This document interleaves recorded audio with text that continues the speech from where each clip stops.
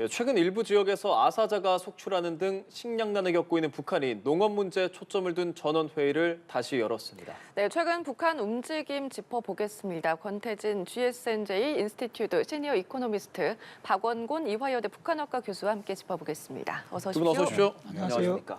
예, 북한이 노동당 중앙위 전원회의를 진행하고 있죠. 오늘 3일차인데 주제가 농업입니다. 농사 문제에 관련한 이야기를 좀 많이 다룰 것 같은데 2개월 만에 열리는 것도 그렇고 주제도 그렇고 아무래도 지금 농업 상황, 식량난이 심각하다라고 저희가 좀 이해를 하면 되겠습니까? 예, 그렇습니다. 예, 관련한 말씀해 주시죠. 뭐 식량 상황이 뭐 최근 몇 년 중에서 가장 심각하다.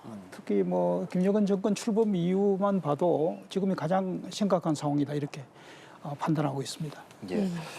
식량난이 이 정도로 심각한 상황이라면 2개월 만에 이렇게 전원회의가 열리는 것, 이 자체로 좀 이례적으로 볼 수 있는 거 아니겠습니까, 교수님? 뭐 그렇습니다. 왜냐하면 8기 6차 전원회의가 작년 연말 12월 말에 열렸었죠. 그렇기 때문에 전원회의라는 것은 예. 1년에 뭐 한두 차례 열리는데 2달 만에 그렇게 열린다. 7기, 8기 7차 전원회의가 열린 것도 좀 이례적인 것도 맞고, 그리고 어쨌든 단일 주제, 농촌 문제, 농업에 그렇죠. 대한 문제다라고 얘기를 한 것도 좀 이례적이고요.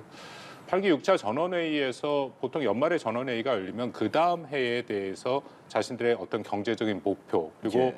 2022년의 경제 성과 같은 것을 얘기하는데 이번 8기 6차 전원회의에서는 거의 그런 내용들이 다 빠졌습니다. 그리고 나서 이후에 뭐 12개 고지라고 해갖고 자신들의 경제 목표를 내세웠는데요. 그 첫 번째가 알고 결국 식량의 문제였다. 그래서 전반적으로 북한의 식량 사정이 어렵다라는 것은 북한 스스로도 좀 인정하고 있다고 생각이 됩니다. 네, 이 회의에서는 뭐 경제 정책 촉진 방안과 관련해서도 논의가 됐습니다. 근데 구체적인 실행 전략에 대해서는 언급하지 않았거든요. 아마 실행 전략을 언급하기가 굉장히 곤란한 상황입니다. 지금 북한이 지금 맞이하고 있는 그 어떤 재정난, 이걸 볼 적에 뭔가 경제 문제를 이렇게 접근하려고 하면은 일단 그 재원이 있어야 되는데 그런 재원이 없는 게 가장 문제고 그래서 특별하게 그 북한 당국이 뭔가 할 수 있는 일이 별로 없다. 다만 이제 촉구를 할 수밖에 없는 게 식량 문제가 심각하기 때문에 네. 일단 북한 당이라든지 또 내각에 있는 사람들, 그래서 확대 회의 아닙니까? 예. 그런 사람들에게 이제 그거 환기시켜야 되는 문제가 있고 또 이 메시지가 그 식량을 생산하는 농민에게까지 전달하는 그 자체가 큰 의미가 있다 이렇게 보기 때문에 굳이 아주 구체적인 이야기를 좀 내놓기가 어렵지 않나 이런 생각입니다. 그렇다면 지금 전원회의도 열고 뭐 일방적으로 실행 관련한 대책을 내놓지는 못하고 있지만 김정은 위원장도 어느 정도 심각성, 식량 문제와 관련해서 심각하다 이렇게 생각을 하고 있는 거잖아요. 그렇습니다. 뭐 이게 심각한 게 사실은 이건 어떤 의미에서 북한 당국이 좀 뭐 잘못 오판했다고 하는 그런 측면이 있습니다. 북한 식량 문제에 대해서. 사실은 이제 뭐 식량난이 이렇게 심각한 이유가 일단 공급 부족입니다. 네. 자체 생산이 부족하기도 하지만은 수입도 여의치 않았고 또 국제사회 지원도 적었고 예. 그래서 총 공급할 수 있는 식량 자체가 매우 부족한 게 사실은 이제 기본적인 원인이고 또 그동안 그 국경이 이제 봉쇄가 되고 유엔 안보리 제재가 예. 계속 있었기 때문에 주민들이 경제 활동을 하는데 굉장히 어려움이 있었습니다. 그러니까 지금 돈이 없어서 식량을 사 먹을 수 없는 이런 상황에다가 지난해 북한이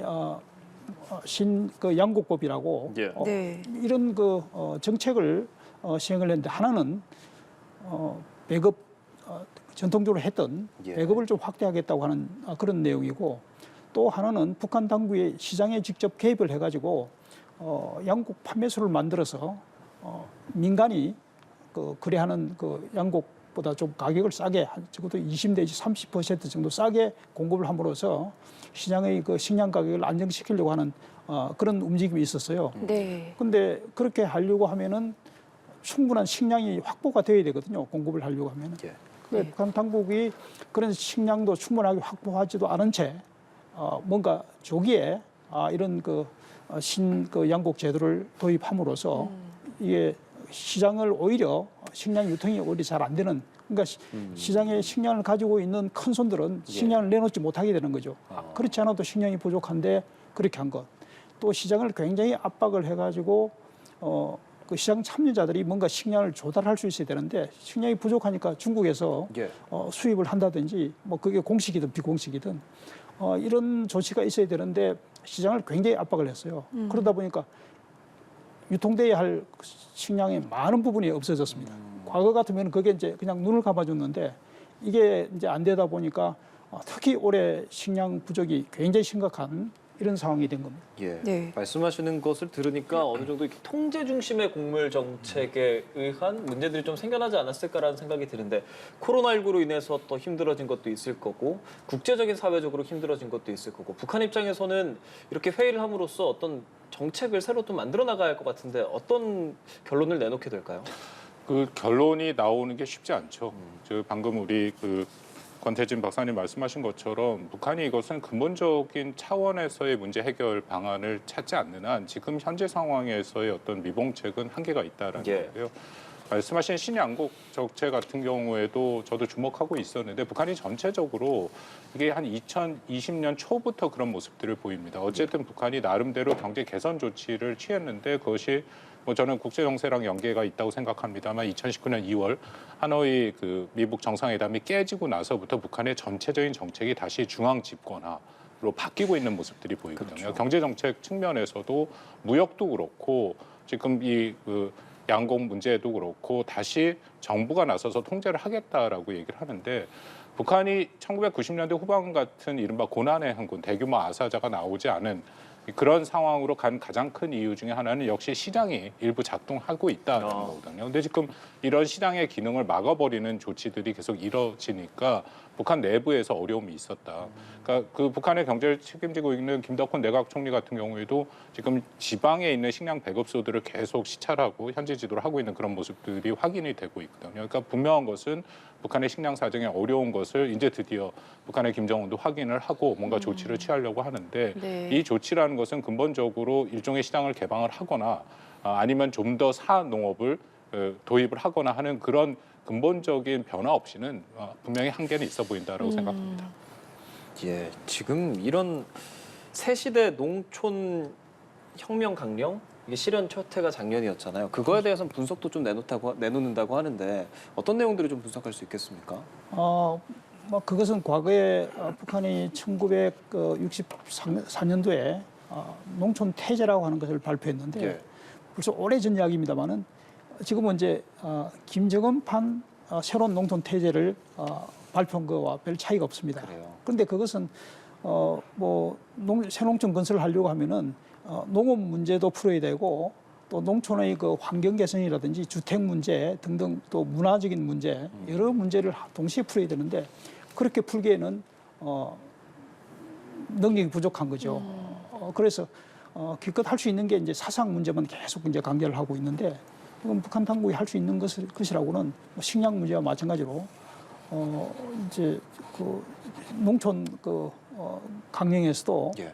그런 문제 이상으로 뭔가를 구체적으로 하기는 어렵습니다. 다만 이제 중앙 정부가 해야 할 일을 지방 정부에다가 소위 좀 떠맡기는 그게 또 이제 시군발전법이라고 하는 이제 법을 이제 만들었는데 예. 그 법에도 잘 나타나 있습니다만은 중앙이 할 수 있는 중앙에서는 그냥 말 지시 막 이것만 하고 그걸 지방에다가 떠넘기는 또 그 주체인 농민들에게 바로 떠넘기는 막 이런 거 외에는 우리가 이해할 수 있는 그런 정책을 내놓기는 굉장히 어렵다 이렇게 평가를 합니다. 네, 이런 가운데 세계 식량 계획에서는 북한의 식량 지원에 1,300만 달러가 더 필요하다 이런 내용이 나왔습니다. 근데 북한은 줄곧 해외 원조에 대해서는 부인해 오고 자력 갱생을 항상 강조를 해왔거든요. 근데 지금 상황을 좀 미루어 봤을 때는 어느 정도 대책이 필요하지 않을까, 원조를 받아야 되지 않을까 이런 생각이 드는데 어떻게 보십니까? 뭐 그렇습니다. 북한의 식량이 만성적으로 부족한 것은 분명하고요. 그렇기 때문에 북한이 유엔 그 농업기구라든지를 통해서 원조를 받아왔죠. 근데 문제는 북한이 그 지난달 1월 24일이면은 코로나 발생에 3년 동안 지금까지도 사실상 모든 국경을 봉쇄하고 있는 것은 분명합니다.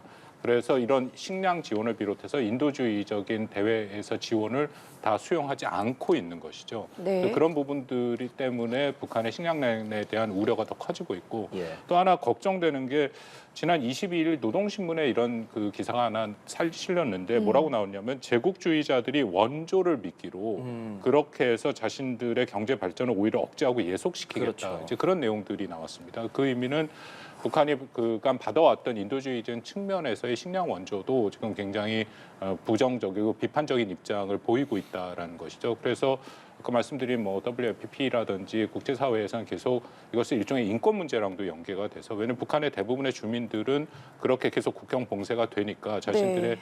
그런 아주 기본적인 생활에 대한 위협을 느낄 수밖에 없기 때문에 그 부분도 이제 좀 공세를 풀어라라고 얘기를 하는데요. 예. 북한이 이것이 쉽지 않은 선택이죠. 왜냐하면 중국 같은 경우에도 결국은 그 제로 코로나에서 위드 코로나로 갔고 네. 그러기 위해서는 사실 백신 접종이 필요한데 북한에서는 그런 백신 접종이 전혀 이루어지지 않은 상황이고요. 예. 그런 상황에서 만약에 국경이 열린다면 다시 코로나19가 전파되면 북한의 방역 체계가 그것을 감당할 수 없고 북한에게 전염병과 경제난이라는 것은 사실은 북한 체제에 대한 아주 심각한 도전 요인으로 바라보고 있습니다. 네. 그래서 그런 것들이 종합적으로 작동한 결과 북한이 필요가 있음에도 그런 지원을 받지 않고 있다. 그렇게 판단이 됩니다. 알겠습니다. 북한 내부의 민심에 대해서 좀 말씀을 해주셨는데 식량 문제가 계속 되다 보니까 민심도 완전 만만치가 않거든요. 박사님이 보기에는 어떤 좀 대책이 필요하다 이렇게 보십니까?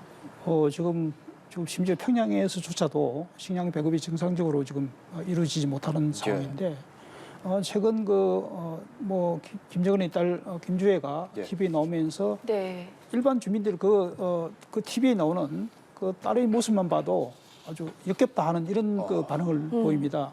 이게 우리는 지금 굶어 죽어서 피골이 상접한 상황인데 저렇게 아주 그 사치스러운 옷 입고 예. 통통하고 네. 그 부분에 대해서도 굉장히 그 불만이거든요. 그래서 특히 이제 그 농촌 주민들의 불만이 더 큽니다. 이게 농촌 주민들의 식량을 생산함에도 불구하고 가장 열악한 식사를 하고 있는 그런 것인데 예. 그래서 농촌 주민을 다독이기 위한 것도 하나의 그 농촌 발전법이라든지 막 그것도 그런 이제 일환으로 이렇게 제도화됐다 이렇게 보고 있는데요. 그건 도시 농촌 할 것 없이 지금은 뭐 북한 당국이 식량 문제에 대해서 책임을 지기는커녕 이렇게 다들 이제 다른 주체에다가 그걸 이제 책임을 전가시켜 버리는 이런 그 문제가 계속 발생하고 있기 때문에 뭐 주민들의 그 지도자에 대한 예. 신뢰가 상당히 네. 무너져 있는 상태고 그래서 이런 것들이 이제 김정은으로서는 굉장히 또 하나의 위기라고 느낄 가능성이 높습니다. 예. 그런 위기 상황에서 해외 원조는 받지 않겠다. 그러니까 해외 원조 받는 게 제 기억에 독약 발린 사탕 먹는 것 같다. 뭐 이런 말까지 북한에서 내놨었잖아요. 이제 그 이야기가 나온 것도 사실 보면 은근히 예.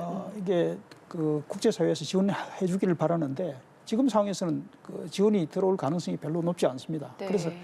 그래서 그걸 애둘러 그냥 다른 식으로 그냥 비난하는 말로 했는데 사실은 그 세계 식량 계획도 북한의 2000년도에 상반기에 이미 이제 북한을 빠져나왔죠. 그러고 나서 이제 다시 북한 들어가지 못하고 있는데 식량 지원이 되려고 하면은 반드시 감시 활동이 있어야 됩니다. 이게 모니터링이 있어야 되는데요.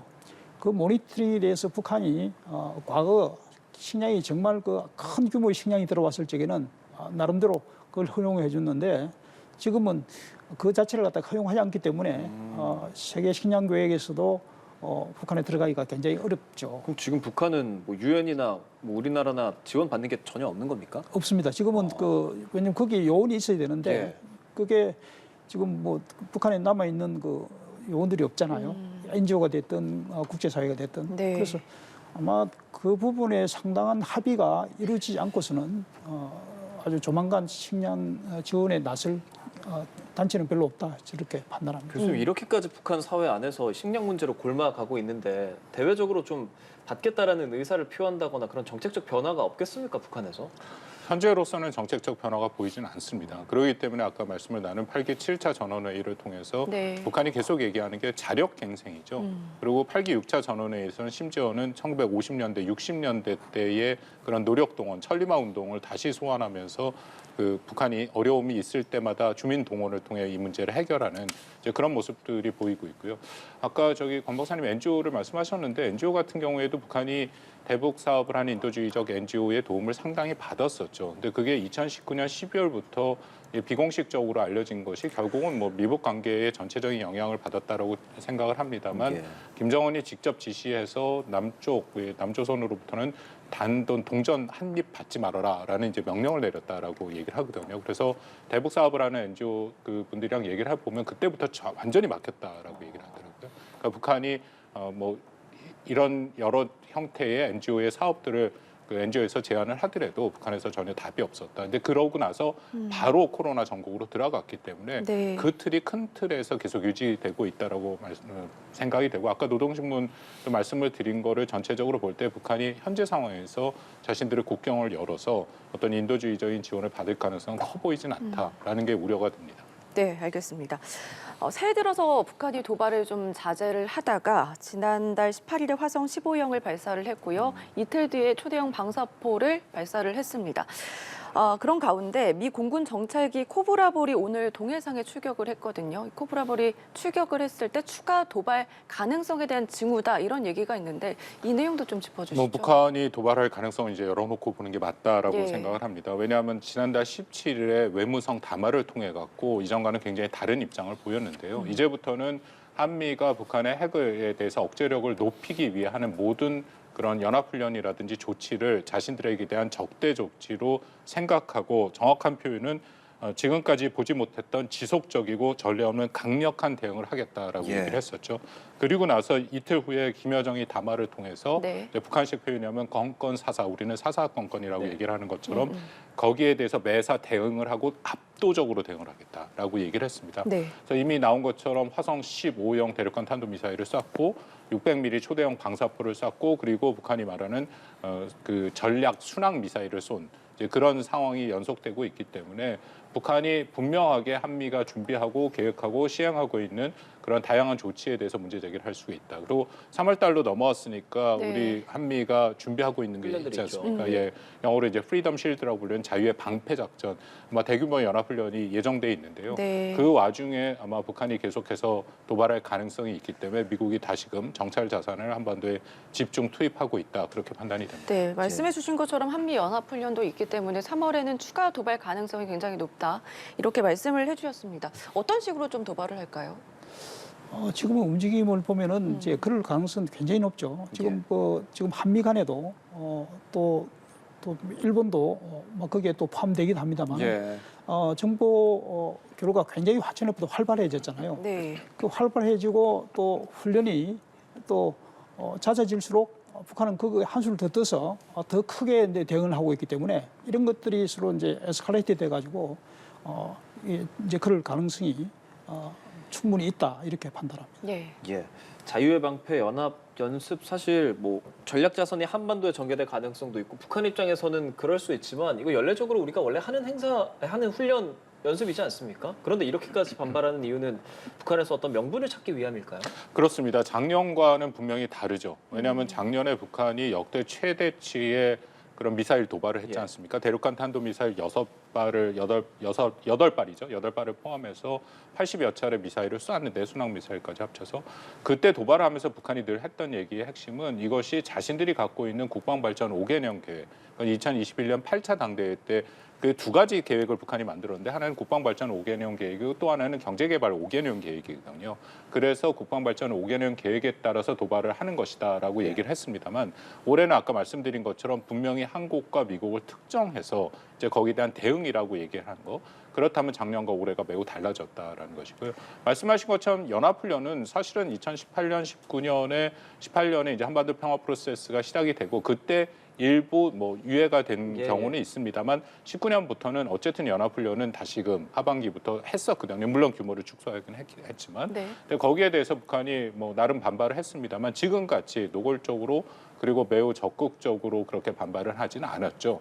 그래서 분명히 올해는 이전과는 다른 북한의 대응 모습이 보이고 있다라고 판단이 됩니다. 그러면 이번에 북한이 어떤 도발을 한다면 어떤 수위 그리고 뭐 대륙간 탄도미사일이라든지 뭐 고체 연료 발사 뭐 등등 다양한 것들이 있지 않습니까? 어떤 건 예상하십니까? 아까 말씀드린 것처럼 좀 우려가 되는 게 압도적 대응을 하겠다. 그 이전에 보지 못한 대응을 하겠다라고 얘기를 한다면 북한이 그런 압도적 대응의 의미는 결국은 핵을 사용한 그런 대응일 가능성이 높아진다는 네. 거죠. 그래서 말씀드린 앞에 세 가지 화성 15나 뭐 그 600mm 그 초대형 방사포 그리고 그들이 말하는 전략 순항 미사일이 다 핵을 탑재할 수 있는 그런 무기 체계들입니다.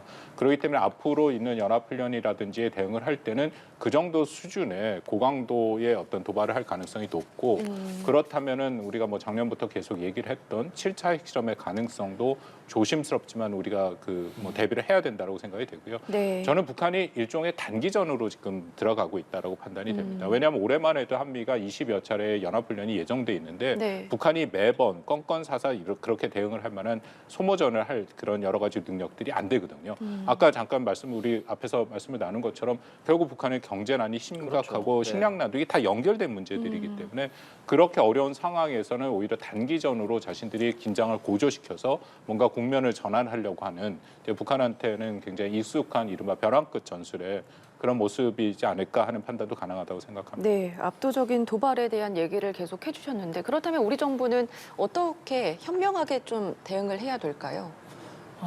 뭐 우리가 그 대북 문제에 관한 한 신중할 수밖에 없습니다. 네. 그렇다고 우리가 움츠러들 필요는 없죠. 예, 우리 그 동맹 국가하고 그 관계를 좀 더 돈독히 하고 북한에 대응이 좀 떳떳하게 행동하는 것이 가장 바람직한 일이죠. 네. 우리가 뭐 기가 죽을 필요는 없는 것이죠. 예.